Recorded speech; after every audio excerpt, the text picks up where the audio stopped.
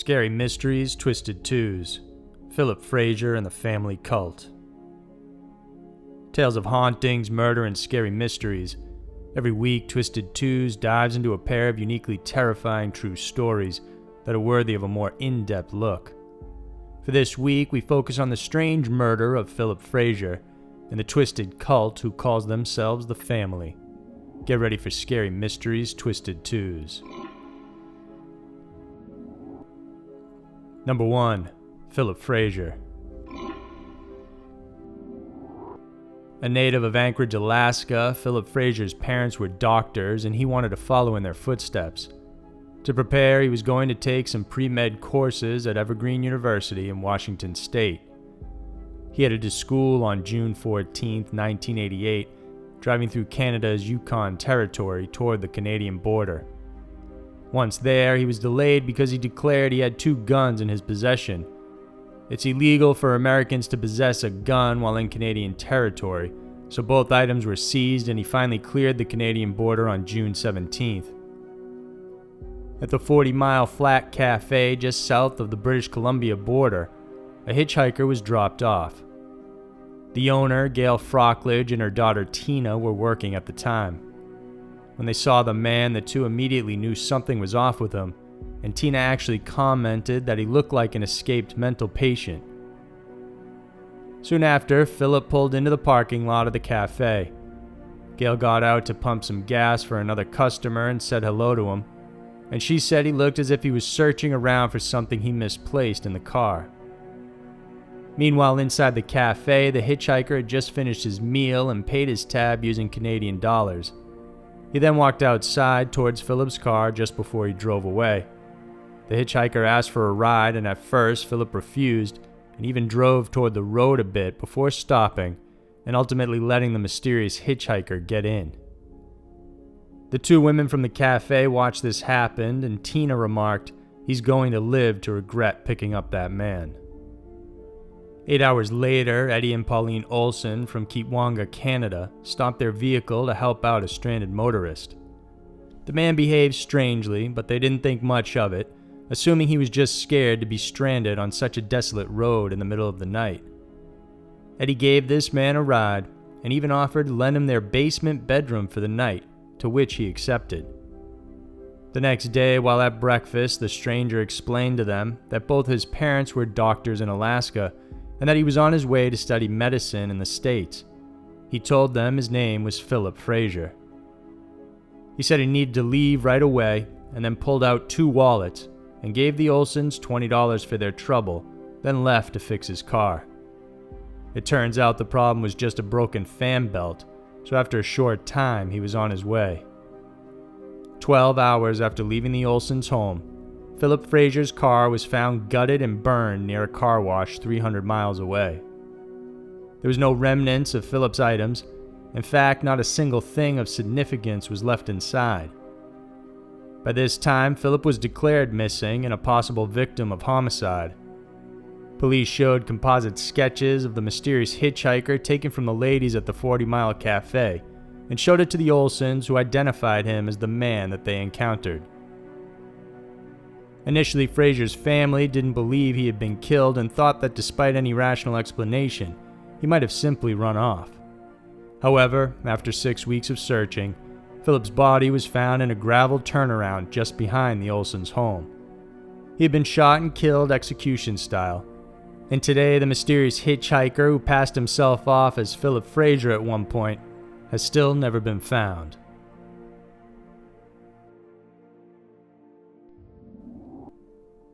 Number 2. The Family. Hamilton-Byrne was a yoga teacher who took pride in her appearance. But behind her external beauty was something ugly and evil, and she was the person responsible for the cult dubbed as the Family.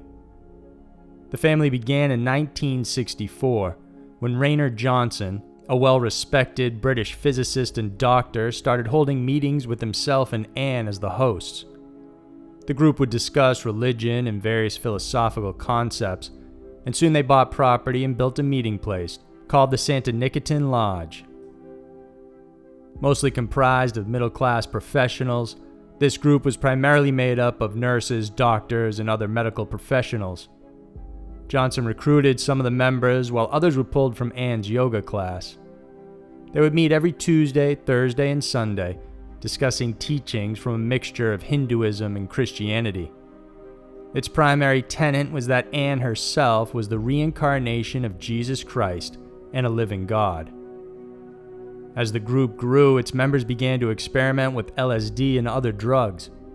By this time, Anne also believed that an apocalyptic war was going to happen, and she was under obligation to start gathering children and raising them up to survive in this new world.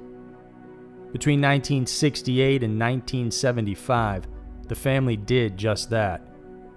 They began acquiring babies initially from the members of the group, but soon expanded to adopting children using the connections of the lawyers, doctors, and other members, whose authority wouldn't be questioned, which allowed them to bypass certain processes. Once the children were in the family, their identities were changed and every effort to create a uniform look for them was implemented. A majority of the children had their hair dyed blonde, and they all dressed alike. The children were kept in a compound and homeschooled on a rural plot of land in Victoria, Australia. They were taught that their parents were Anne and Bill Hamilton-Byrne, and that the other adults from the group were their aunties and uncles. Almost all the kids were prohibited from interacting with much of the outside world, and their behavior was strictly controlled. They were often subjected to harsh and strict discipline that included beatings, as well as starvation diets where food was withheld from them anywhere from 3 to 7 days. Some of the children got so hungry that they ended up trying to eat the food given to Anne's pets. The aunties would also subject them to a form of waterboarding torture where their heads would be dunked in a bucket of water until they were close to blacking out. Then they would be asked a question, and if they didn't answer correctly, the procedure was performed again.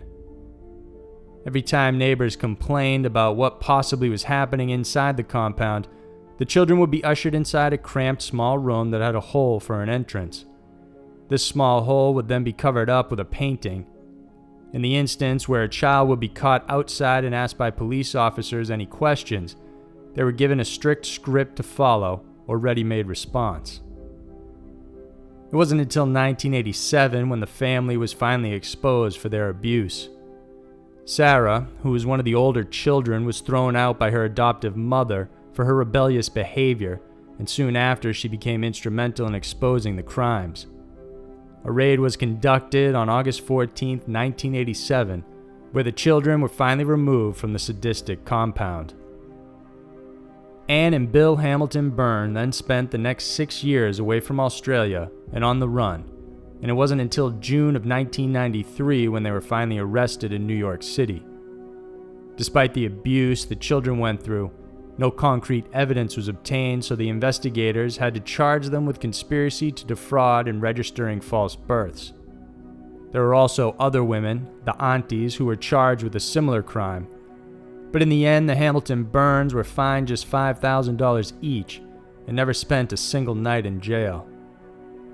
Currently, Anne is a 95-year-old millionaire living in a nursing home with dementia. So those were two of the most mysterious and terrifying stories around. The world can be a crazy place, and Twisted 2's is sure to show you why. If you enjoyed this video, then please remember to subscribe and check out some of our other videos we know you'll love. Thanks for watching, and we'll see you soon.